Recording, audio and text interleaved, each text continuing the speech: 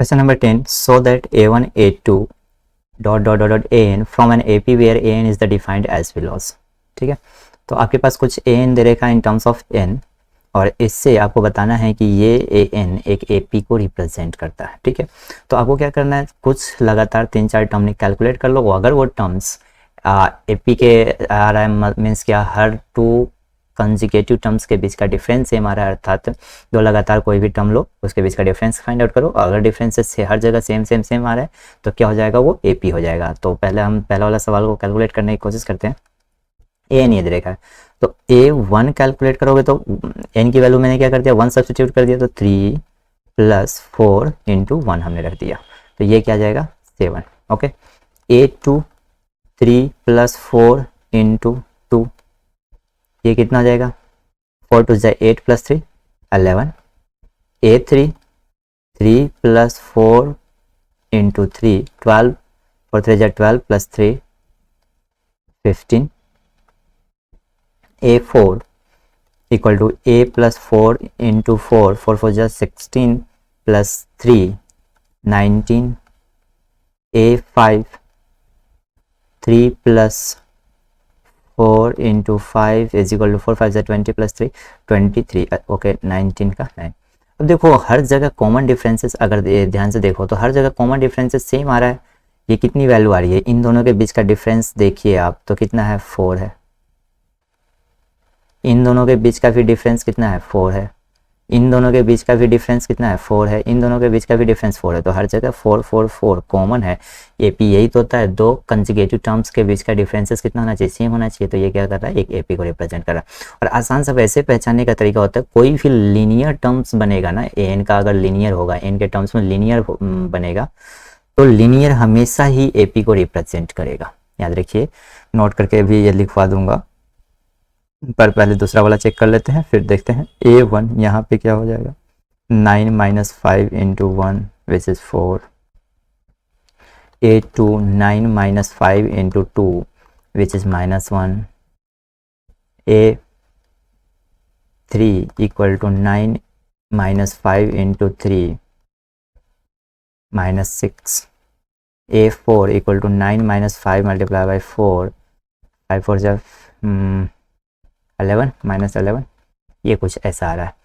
तो यहाँ भी आप कुछ कंसिडर करो तो क्या मिल रहा है, इन दोनों के बीच का डिफरेंस कितना है -5, इन दोनों के बीच का डिफरेंस -5, इन दोनों के बीच का डिफरेंस भी -5। तो हर जगह कितना -5 आ रहा है। तो ये भी AP को रिप्रेजेंट कर रहा है। अब यहाँ से एक चीज़ें जो निकल कर आती है वो चीज़ें आपको लिखनी क्या है कि नोट में लिख देता हूँ, if an is given as a linear equation of n, then it will always denote AP। अगर लीनियर इक्वेशन, लीनियर किसे कहते हैं, जो वेरिएबल की पावर में 1 हो। ये देखो यहाँ पे पावर में 1 था, ये यहाँ पे भी पावर में 1 था, तो ये क्या है, AP को रिप्रेजेंट कर रहा है। तो ये क्या करना था, सो दैट बताना था कि ये सारे जो हैं वो क्या एक AP को रिप्रेजेंट करेगा। ठीक है, तो ये एक AP को रिप्रेजेंट कर रहा है।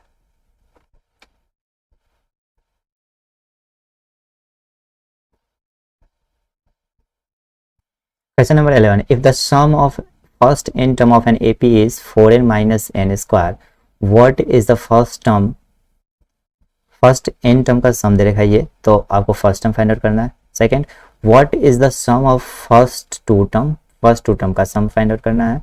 What is the second term find out करना है। Similarly find the third and 10th and nth terms. बहुत सारी चीज़ें पूछ लिया, कुछ एक एसन का इक्वेशन इन क्वाड्रेटिक फॉर्म ऐसा दे रखा है। तो सॉल्यूशन में देखते हैं, देखो क्या दे रखा है, Sn आपके पास गिवन है 4n - n²। Sn की वैल्यू आपके पास ये दे रखी है। तो पूछा है what is the first term, तो याद रखिए S1 और A1 सेम ही होता है। ये चीज़ें नोट करनी है क्या कि S1 = A1, यानी फर्स्ट टर्म का सम भी वही टर्म ही खुद आएगा, तो दोनों में कोई वैल्यूज नहीं होगा, तो आप डायरेक्ट यहाँ से S1 निकालोगे तो A1 आ जाएगा। अब देखते हैं S1 कितना है, n की वैल्यू 1 पुट कर दिया तो 4 मल्टीप्लाई बाई 1 माइनस 1 का स्क्वायर विच इज 4 माइनस 1 यानी 3। S1 यानी A1 की वैल्यू 3 हो गई, फर्स्ट टर्म आ गया आपके पास। And what is the sum of first two term, S2 find out करनी है तो n की वैल्यू 2 पुट कर दो। S2 इज इक्वल टू कितना हो जाएगा, 4 मल्टीप्लाई बाई n की वैल्यू 2 पुट करनी है, 2 माइनस 2 का स्क्वायर, तो ये 8 माइनस 4 इक्वल टू 4, S2 की वैल्यू आ गई, फर्स्ट टू टर्म का सम ये हो जाएगा। What is the second term, अब भाई देखो फर्स्ट दो टर्म का से सम दे आ गया आपके पास, फर्स्ट टर्म आ गया तो फिर सेकेंड टर्म फाइंड आउट करनी है। तो सिंपल सा देखो इसको ऐसे समझो, अगर मैं यहाँ से डी फाइंड आउट कर लूँ तो भी काम चल जाएगा, या फिर देखते हैं इसको क्या क्या बात कर सकते हैं। What is the second term, अब सेकेंड टर्म निकालना है। Similarly find the third and 10th term. Second term के लिए थोड़ा मैं अलग अप्रोच लगाना चाहता हूँ। देखो एक फॉर्मूला मैंने पहले आपको लिखवाया था, an equal to Sn minus Sn minus 1। अगर मैं ये लगा देता हूँ तो सेकेंड टर्म बहुत ईजिली आ जाएगा। देखो an मुझे नहीं फाइंड आउट पता, Sn आपके पास गिवन है तो क्या है 4n माइनस एन स्क्वायर। अच्छा Sn माइनस 1 क्या होगा, n की जगह पे n माइनस 1 सब्सिट्यूट कर दो तो minus 4n minus 1 minus n minus 1 का स्क्वायर, ये आपके पास आ जाएगा n की वैल्यू। यहाँ से an is equal to 4n minus n square minus अंदर मल्टीप्लाई करोगे तो ये आ जाएगा 4n माइनस 4 और ये minus n square minus 1 plus 2n। ठीक है, इस पूरे को और सिंप्लीफाई करते हैं तो an is equal to 4n minus n square अंदर सारा इस पूरे को अंदर मल्टीप्लाई कर लेते हैं तो minus 4n plus 4 plus n square plus 1 minus 2n। देखो n स्क्वायर 4n कट गया, बच गया क्या आपके पास 4 प्लस 1 5 माइनस 2n, तो an की वैल्यू आपके पास आ गई 5 माइनस 2n। अच्छा ये आ गया। अब यहाँ से जो मर्जी टर्म आपको निकालना निकाल सकते हो भाई। क्या आ जाएगा यहाँ से an की वैल्यू ये हो गई। ठीक है, अब a1 निकालना है, a2 निकालना है, जो भी निकालो सेकेंड टर्म चाहिए तो a2 is equal to what 5 minus 2 into 2 which is 1, a2 आ गया। अच्छा क्या चाहिए और थर्ड टर्म चाहिए तो a3 फाइंड आउट करनी है तो लो a3 इस जगह पे n की वैल्यू क्या रखनी है 3 रखनी है तो 5 माइनस 2 इंटू 3 ये कितना हो जाएगा माइनस 1, a3 आ गई आपके पास। ऐसे ही a10 बोला है तो a10 भी ले लो 5 माइनस 2 इंटू 10 तो ये माइनस ऑफ 15 a10 की वैल्यू, तो कुछ भी आ गई। तो देखो आपने एक इंपॉर्टेंस देखा कि मैंने कि एक बार फॉर्मूला आपको डिराइव करके दिखाया था पिछले एक वीडियोस में जब कॉन्सेप्ट पढ़ाया था इस थर्ड चैप्टर का, तो वहाँ पे ये फॉर्मूला डिराइव करके दिखाया था और इस फॉर्मूला का यूज़ करके आप कोई भी टर्म्स निकाल सकते हो। एक और इंटरेस्टिंग बात है बताऊँ, क्वाड्रेटिक हमेशा ही एसएन आपको क्वाड्रेटिक फॉर्म में ही मिलेगा। एसएन अगर एन के टर्म्स में रिप्रेजेंट किया जा रहा है तो हमेशा ही क्वाड्रेटिक होगा, अगर लिनियर है तो वो एसएन हो ही नहीं सकता, एसएन होने के लिए वो क्वाड्रेटिक ही होना जरूरी है। Okay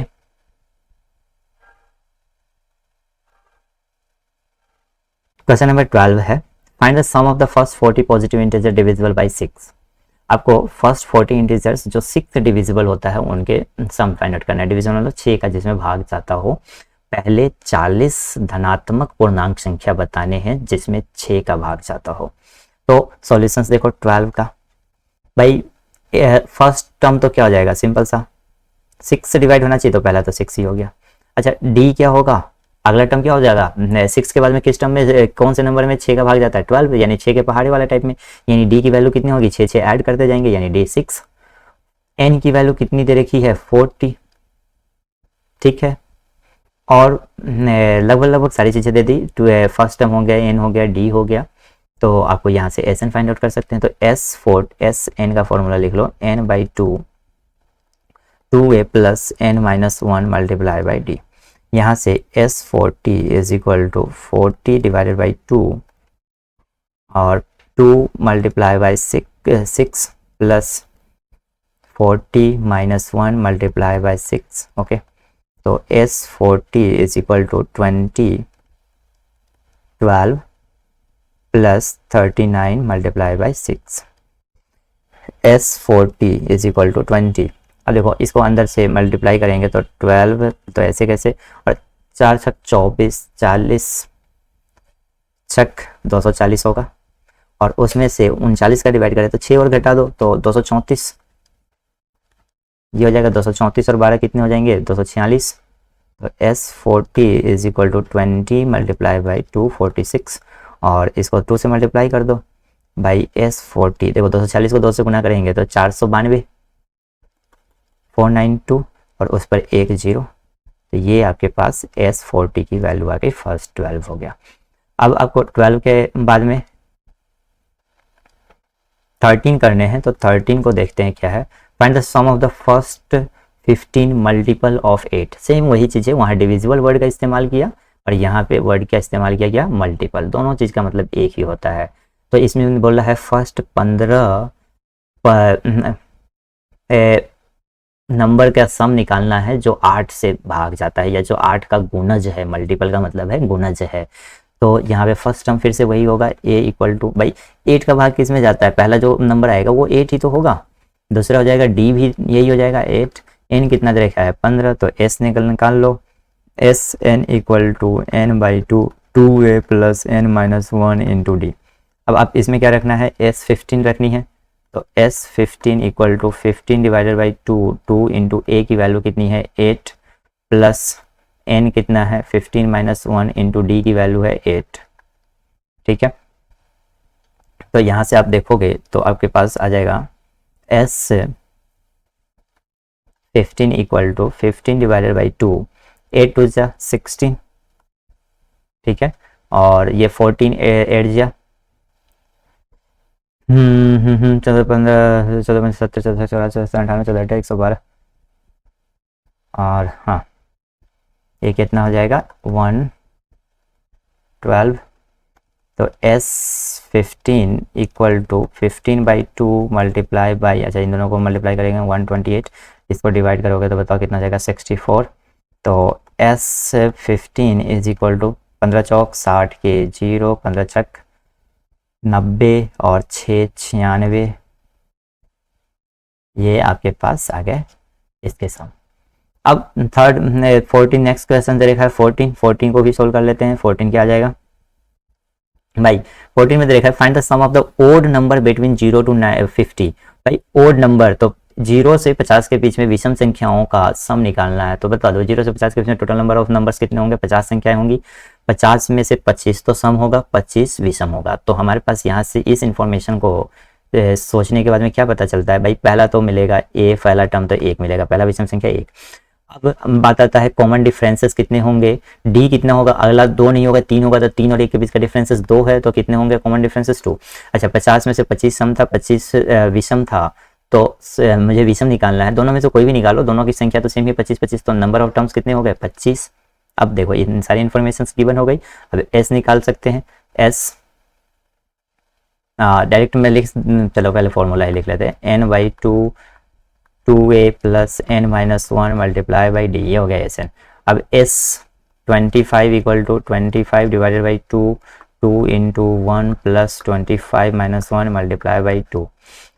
S 25 equal to 25 divided by 2, अंदर देखो 2 प्लस 24, ये हो जाएगा 24 टू जा 48, 48 प्लस 2 कितना हो जाएगा 50। तो s 25 equal to 25 divided by 2 into 50, इसको मल्टीप्लाई करोगे तो मतलब डिवाइड कर दोगे तो 25 25 25 25 का स्क्वायर 625, ये आपके पास आ गया S20 की वैल्यू। तो देखो बहुत आसान है, आपको गिवन इंफॉर्मेशंस निकालना आना चाहिए from the language of questions. आपको क्वेश्चन लाइक लैंग्वेज में अलग अलग नंबर्स में देगा, उसको समझ करके क्या गिवन है ये अगर पता कर लिया तो आपका आधा सवाल सोल्व हो जाता है उसके बाद में, क्योंकि फॉर्मूले टोटल मिला करके 2 है पूरे चैप्टर में, कोई ना कोई फॉर्मूले लगाओगे आपके पास सॉल्यूशंस मिल ही जाएगा। ठीक है,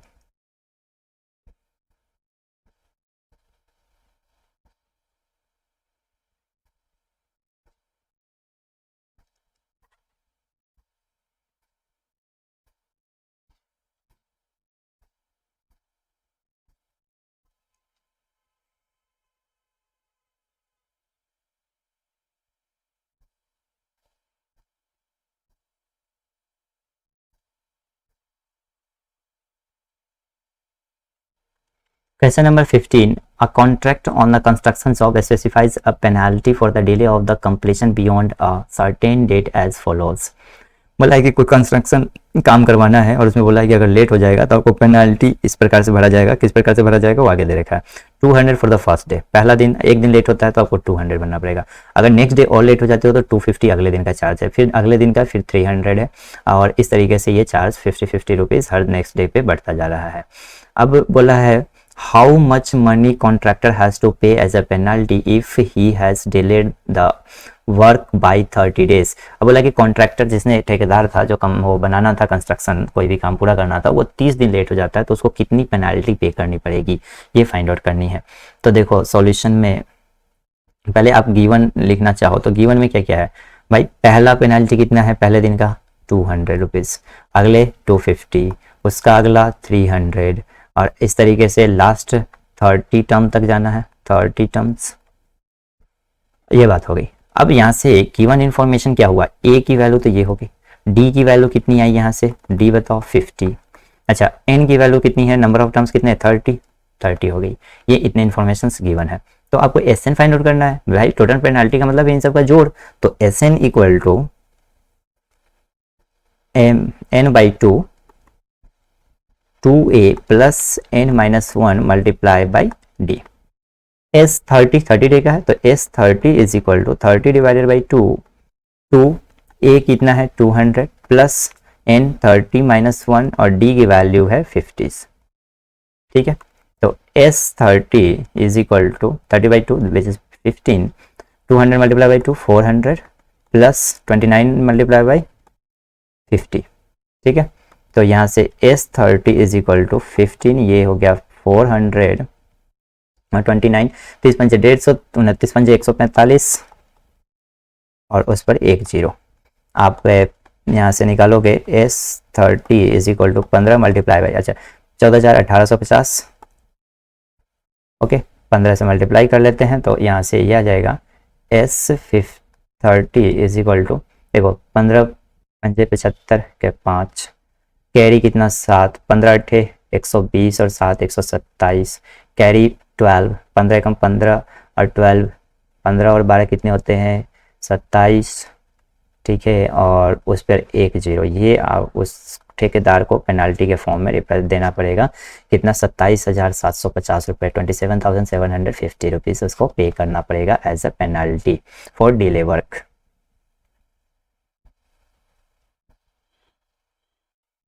नेक्स्ट क्वेश्चन है 16. A sum of 700 is to be used to give 7 cash prizes to a student of a school for their overall academic performance. मतलब क्या है, 700 रुपये है, 700 रुपये को 7 प्राइज में डिवाइड करना है, किसी बच्चे के एकेडमिक परफॉर्मेंस के हिसाब से उसको प्राइज देना है उसमें। If each prize is 20 less than its preceding prize, मतलब फर्स्ट प्राइज अगर मान लो 100 रुपये है तो अगला प्राइज उससे 20 रुपये कम होगा, 80 रुपये होगा, यानी हर अगला प्राइस पहले वाले प्राइस से 20 रुपये कम होता जा रहा है। तो क्या करना है, find the values of each price. अब देखो क्या फाइंड आउट करनी है, गिवन पहले यहाँ से लिख लेते हैं, गिवन क्या क्या भाई, गिवन कितना है, टोटल प्राइस का सम कितना है 700। ठीक है, टोटल कितने प्राइस बांटने हैं उसको, 7 कैश प्राइस, तो n की वैल्यू 7। ठीक है, अच्छा हर अगला प्राइस पिछले प्राइस से कितना कम हो रहा है 20, तो यानी d की वैल्यू कितना है -20।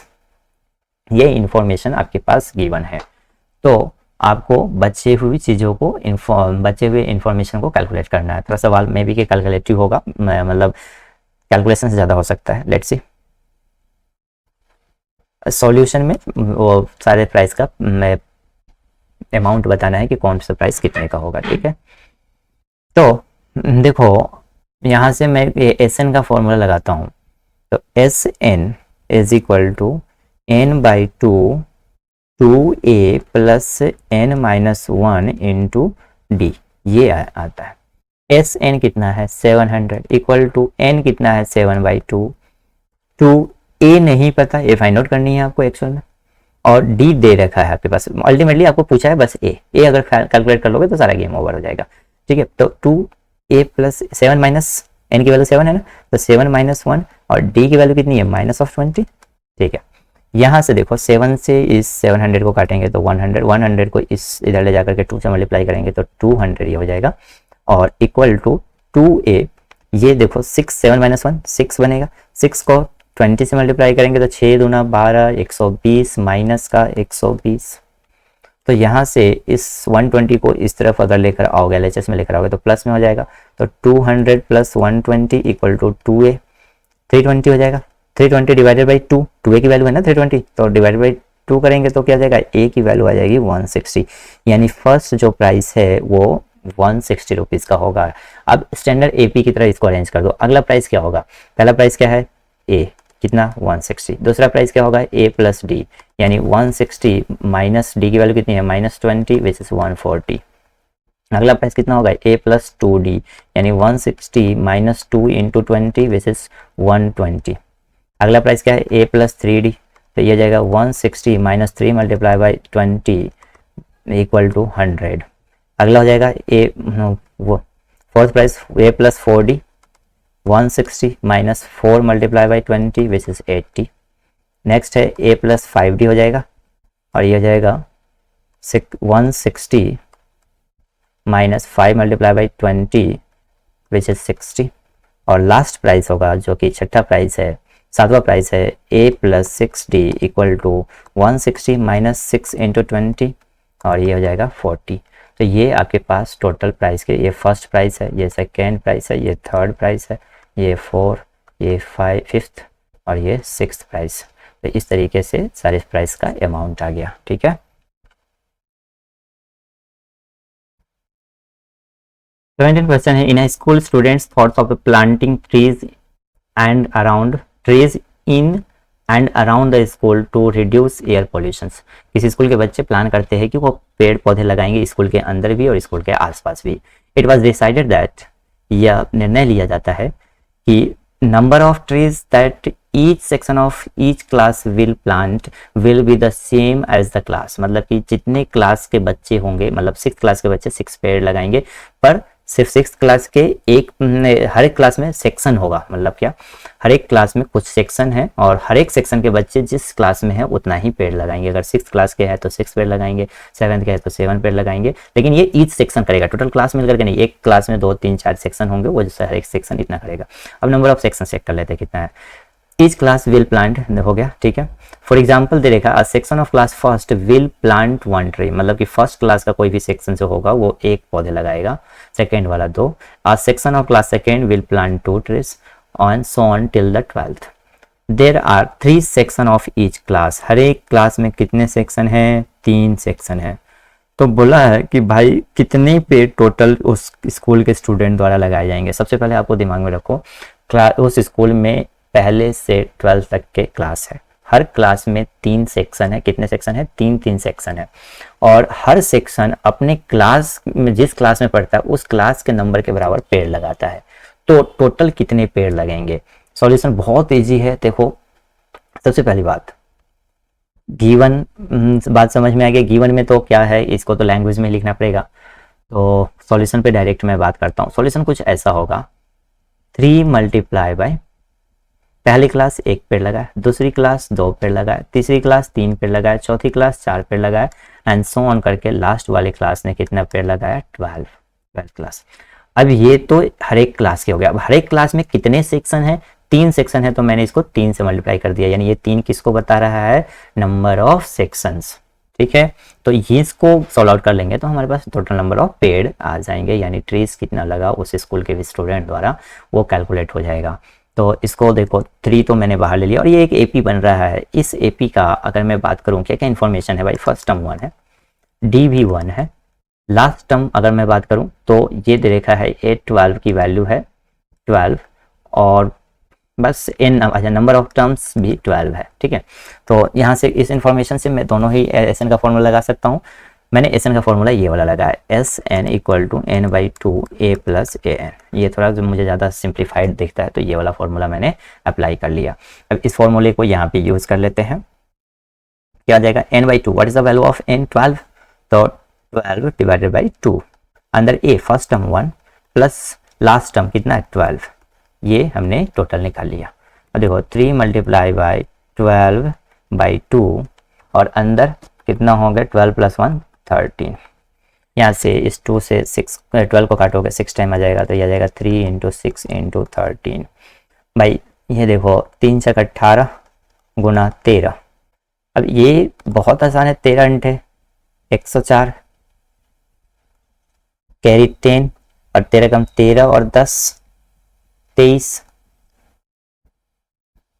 234 पेड़ लगाया जाएगा उस क्लास के टोटल नंबर ऑफ स्टूडेंट यानी टोटल क्लास के द्वारा। ठीक है, बहुत इजी है सवाल समझना।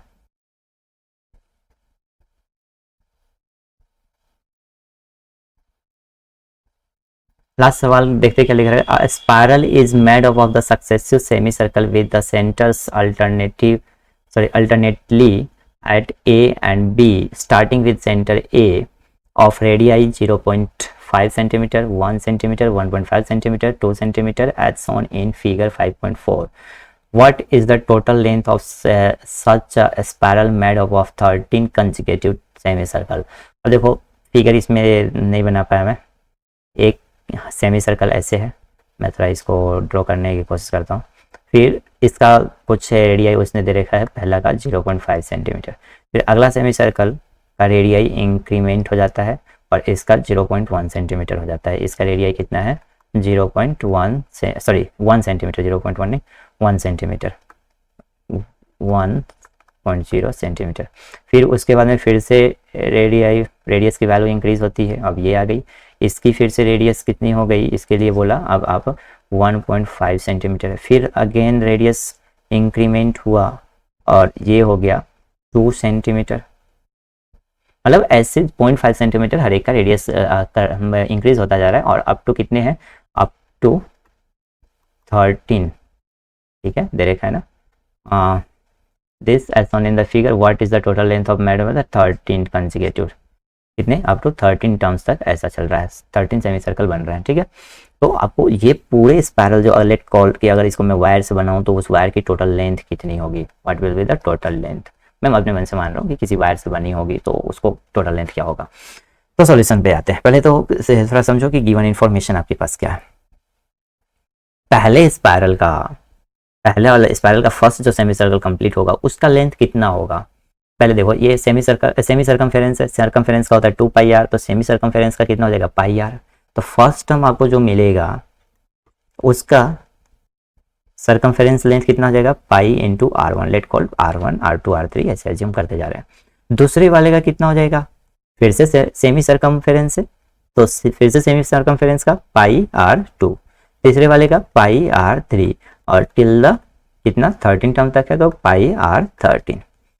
अब इन सब में पाई कॉमन है, बस यही सम करना है आपको, आपके पास आंसर आ जाएगा। इन सब में पाई कॉमन है, मैंने पाई बाहर ले लिया तो r1 0.5 प्लस 1 प्लस 1.5, मैं इसके यूनिट नहीं लिख रहा हूँ, यूनिट बाद में लिख लेंगे, plus 2 and so on, last ऐसा कुछ जा रहा होगा अप टू 13 टर्म्स तक। तो 13 टर्म लास्ट टर्म आपको वैसे पता है, हाफ कर दो ना, 0.5 इतना बढ़ रहा है तो कितना जाएगा 6.5 सेंटीमीटर। अगर लास्ट में बात करूँ तो ये आ जाएगा, ये हो गया। अब इसके सम फाइंड आउट करना कितना इजी हो गया, आप एस एन लगा दो, s n is equal to n/2 a plus a n में लगा दिया क्योंकि मैंने लास्ट टर्म कैलकुलेट करके लिख लिया है अपने मन से। तो देखो एस एन इक्वल टू पाई तो बाहर मल्टीप्लाई ऐसे होगा, अंदर n कितने हैं 13/2 और उसके भी मल्टीप्लाई में क्या जाएगा 2 ए कितना है 0.5 प्लस एन कितना है 6.5, ये ऐसे कुछ हो जाएगा। तो यहाँ से हमने एस एन या S13 लिख लो इक्वल टू पाई की value 22/7 multiply by 13 divided by 2 और ये दोनों मल्टीप्लाई होकर के देखो ऐड होकर के 6.5 प्लस 0.5 7 बन जाएगा। तो ये 7 से 7 कट जाएंगे, 2 से 11 कट जाएगा। अब 13 10 या 130 प्लस 1 क्योंकि 11 है तो 143 आ जाएगा। S13 की वैल्यू 143। हाँ ये आंसर है, मैजिकल वर्ड नहीं है। ठीक है 140, ओके यूनिट यहाँ पे लिखना बहुत ज़रूरी है, मार्क्स आपको इससे मिलेंगे 143 सेंटीमीटर।